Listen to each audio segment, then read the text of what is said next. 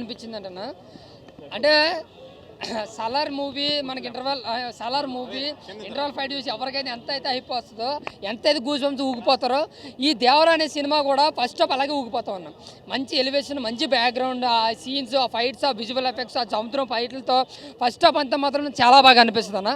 ఇంకా second half వచ్చి అడిగితే ఒక ఇన్నోసెంట్ క్యారెక్టర్ వస్తుంది కాబట్టి మనం ఫస్ట్ హాఫ్ అంతా బిర్యానీ తిన్న తర్వాత పెరిగానమే నచ్చుతుంది అన్న రేంజ్లో సెకండ్ హాఫ్ అనిపిస్తుంది. బట్ బోర్ అయితే కొట్టదు, బట్ కామెడీగా చాలా క్లాసిక్గా వెళ్ళిపోతుంది. మళ్ళీ క్లైమాక్స్ మళ్ళీ అండ్ గూస్ బంప్స్ అండ్ మళ్ళీ ఏదైతే మనకి విజిల్స్ చేసే సీన్స్ ఉంటాయి అనమాట.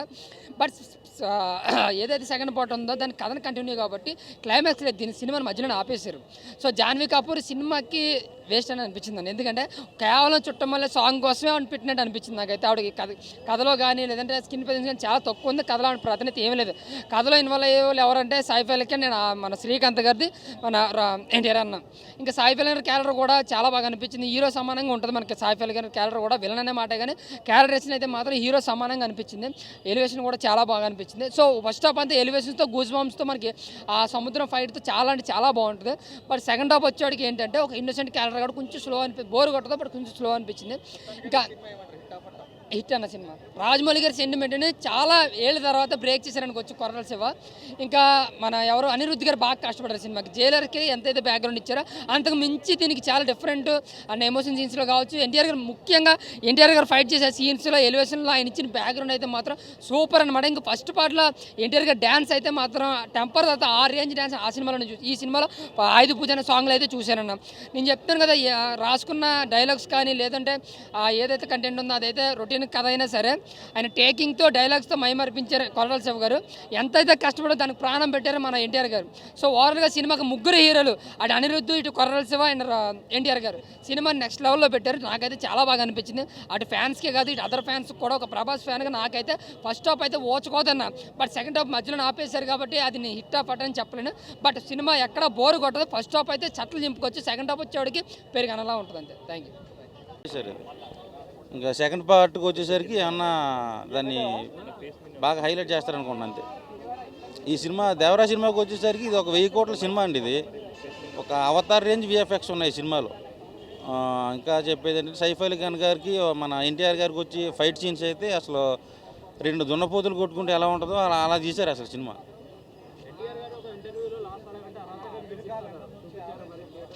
నేను ఒక కామెడీగా చెప్తున్నా, ఈ సినిమా అయితే బ్లాక్ బస్టర్ అండి. ఇంక ఎన్టీఆర్ గారి ఫ్యాన్స్గా అయితే అసలు కాలర్ లెగరేసుకుని చింపేసుకునేంత హైలో ఉంది సినిమా.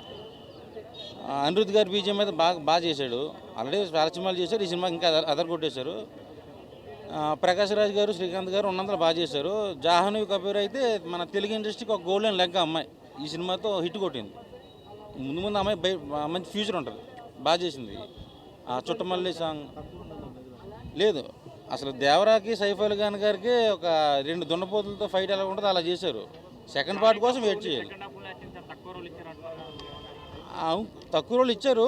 సెకండ్ పార్ట్ కోసం ఏమన్నా దాచిపెట్టి ఉండొచ్చు ఆవిడ క్యారెక్టరు ఉన్నంతలో.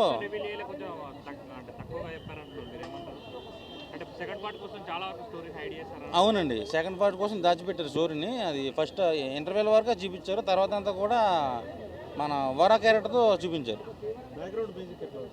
అనిరుద్ధ్ గారి బీజిఎం మామూలుగా పాత సినిమాలో ఎరగదీశాడు, జైలర్ ఆటల్లో. కానీ ఈ సినిమాతో 1000% న్యాయం చేశాడు ఆయన.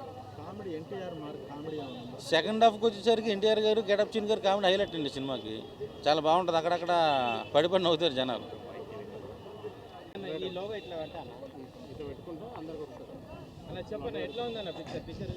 అన్నా నేను ఇప్పుడే దేవరా చూసి వస్తున్నా 4 o'clock షో. ఈ టైంలో ఇంత ఎర్లీ మార్నింగ్ 4 o'clock షో చూసి వస్తున్నందుకు నాకు చాలా హ్యాపీగా ఉంది. మంచి సాటిస్ఫాక్షన్తో బయటకు వస్తున్నాను నేనైతే. ఎందుకు అంటే మూవీ అనేది మంచి ఫీస్ట్ ఇచ్చింది నాకైతే మాత్రం. కొరటాల శివ గారు ఆయన ఇంటర్వ్యూస్లో ప్రామిస్ చేసినట్టే దేవరా ఉండే ప్రపంచంలోకి, ఆయన సృష్టించుకున్న ప్రపంచంలోకి మనల్ని తీసుకెళ్ళగలిగారు, కనెక్ట్ చేయగలిగారు మనల్ని, ఆడియన్స్ని. So definitely very much happy with the movie.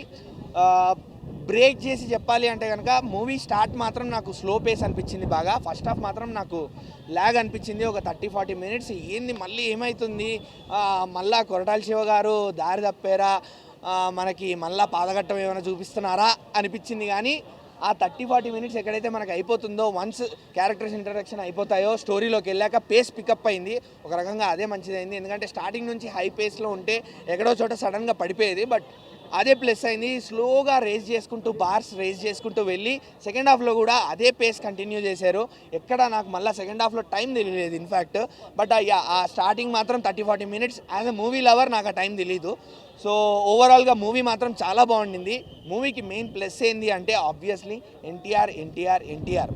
ఎందుకు అంటే ఆయన తండ్రి రోలు, కొడుకు రోలు, ట్రిపుల్ యాక్షన్ చూసాం, డ్యూయల్ యాక్షన్ కూడా చూసాము. ఇప్పుడు కూడా మళ్ళీ తండ్రిలాగా కొడుకులాగా మనం చూస్తూ మంత్రముగ్ధులం అయిపోతాం ఎన్టీఆర్ గారిని చూస్తూ, ఆయన యాక్షన్ సీక్వెన్సెస్ని చూస్తూ. ఎస్పెషల్లీ ఆ కళ్ళు, ఆ డైలాగ్ డెలివరీ, ఆయన ప్రపంచంలో ఆయన క్రియేట్ చేసుకున్న యాక్షన్ సీక్వెన్సెస్లో ఎన్టీఆర్ గారు ఇచ్చిన డెలివరీ ఏదైతే ఉందో అది మాత్రం చాలా అల్టిమేట్. దీనికి తగ్గట్టే అనిరుద్ధ్ గారు పూనగాలు వచ్చే బీజిఎం కొట్టారు, పూనగాలు వచ్చే సాంగ్స్ ఇచ్చారు. ఎన్టీఆర్ గారి డ్యాన్స్, ఆయుధ పూజలో డ్యాన్స్ చాలా బాగుండింది. దావుదీలో కూడా మంచి రొమాంటిక్ సాంగ్ కాబట్టి దానికి తగ్గట్టే సింపుల్ స్టెప్స్, మంచి గ్రేస్ఫుల్ స్టెప్స్ అవి. అలానే ఇంకొక స్పెషల్ మూమెంట్ ఉంది వేర్ ఒక సాంగ్ రాదు మనకి, అక్కడ ఓన్లీ మ్యూజిక్ బిట్ ఉంటుంది. అక్కడ ఎన్టీఆర్ గారు మనసు విప్పి డ్యాన్స్ చేస్తారు, మంత్రముగ్ధులం అయిపోతాం నిజంగా ఆయన్ని చూస్తూ, ఆయన డ్యాన్స్ చూస్తూ ఉండిపోతాము. ఓవరాల్గా మూవీ మాత్రం చాలా బాగుంది.